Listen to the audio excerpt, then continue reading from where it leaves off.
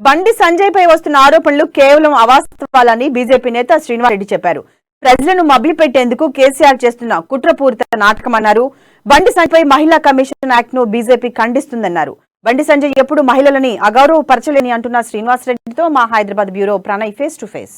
బండి సంజయ్ పై చేస్తున్నటువంటి ఆరోపణలన్నీ అవాస్తవమే అంటూ కూడా బీజేపీ నేతలు ఖండిస్తున్న సిచ్యువేషన్స్ కనపడతా ఉన్నాయి. ప్రధానంగా ఈ రోజు బండి సంజయ్ పై వచ్చినటువంటి ఆరోపణ ఏదైతే ఉందో మహిళా కమిషన్ నుంచి హాజరు కావాలి అంటూ కూడా చెప్పడం జరిగింది. మహిళలను కించపరుస్తూ బండి సంజయ్ ఉన్నటువంటి మాటలు అని చెప్పేసి ఈ రోజు బీఆర్ఎస్ ప్రభుత్వం చేస్తున్న దానికి సంబంధించి ప్రస్తుతం మనతో మాట్లాడేందుకు బీజేపీ నేత శ్రీనివాసరెడ్డి ప్రస్తుతం మనతో ఉన్నారు. అంతా మాట్లాడదాం. సో శ్రీనివాసరెడ్డి గారు చెప్పండి, ఈ రోజు బీజేపీకి సంబంధించి బండి సంజయ్ నోటీస్ ఇవ్వడం జరిగింది, మహిళా కమిషన్ ముందు హాజరు కావాలని. దీన్ని బీజేపీ ఏ విధంగా చూస్తుంది?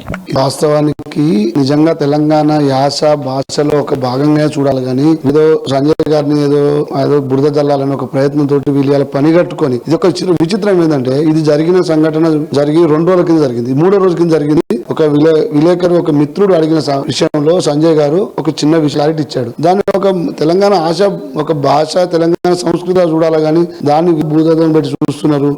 సంజయ్ గారి మీద బురద చల్లాలి, భారతీయ జనతా పార్టీ బంధం చేయడం ఒక ప్లాన్ ఇస్తున్నారు. కానీ అది కరెక్ట్ కాదు. ఇలాంటి భాషల గురించి మాట్లాడాలంటే వీళ్ళు ఎవరైతే రోడ్ల మీద ధర్నాలు చేస్తున్నారో, ఫ్లెక్సీలు కాలబెడుతున్నారు, మరీ దిగజారిపోయి ఇంకా చిల్లర పనులు చేస్తారు. వీళ్ళందరికీ చెప్తున్నాం ఈ రోజు, వీళ్ళు ఫస్ట్ పోయి మీ సీఎం ఇంటికాడ చేయండి, మీ క్యాంప్ ఆఫీస్ కాడ చేయండి, లేదా గన్పూర్ ఎమ్మెల్యే రాజా ఇంటికాడ చేయండి, పాలకుర్తి ఎమ్మెల్యే దయాకర్ ఇంటికాడ చేయండి, మొన్న కౌశిక్ హుజురాబాద్ పోయి అక్కడ చేయండి.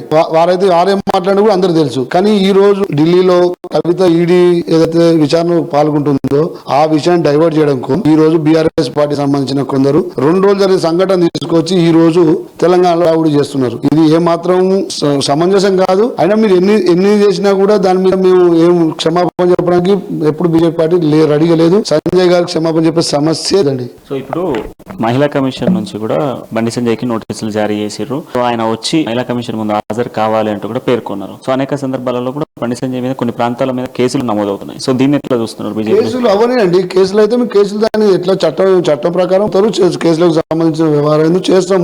కేసులకు భయపడేది లేదు. అదే విధంగా తెలంగాణ ఆడబిడ్డలన్నా మాకు అగౌరవం లేదు. ఒక తెలంగాణ ఆశ భాష లాగా చూడమని చెప్తున్నాం. కానీ అక్కడ ఇప్పుడు కవిత అంటే మాకు రాజకీయం పక్క పెడితే మా సోదరి, మా చెల్లెది, మా అక్క లాంటిదే. కానీ వీళ్ళు దాన్ని కొత్తగా మసిపూసి వాళ్ళ సొంత రాజకీయ లబ్ధి కోసం వీళ్ళు ఇలా చిల్లర రాజకీయం చేస్తున్నారు. వాళ్ళ క్రెడిబిలిటీ వాళ్ళు తగ్గించుకుంటున్నారు తప్ప దీనివల్ల భారతీయ జనతా పార్టీకి ఎలాంటి ఇబ్బంది లేదు, సంజయ్ గారికి ఎలాంటి ఇబ్బంది రాదు. మహిళా కమిషనర్ నోటీస్ పంపించిన ఆడియో వాళ్ళు ఎక్స్ప్లెయిన్ చేస్తారు, పోలీస్ స్టేషన్ కేసులు పెట్టి దానికి సంబంధించిన లీగల్ ఎట్లుంటారో దాన్ని ఎదుర్కొంటారు.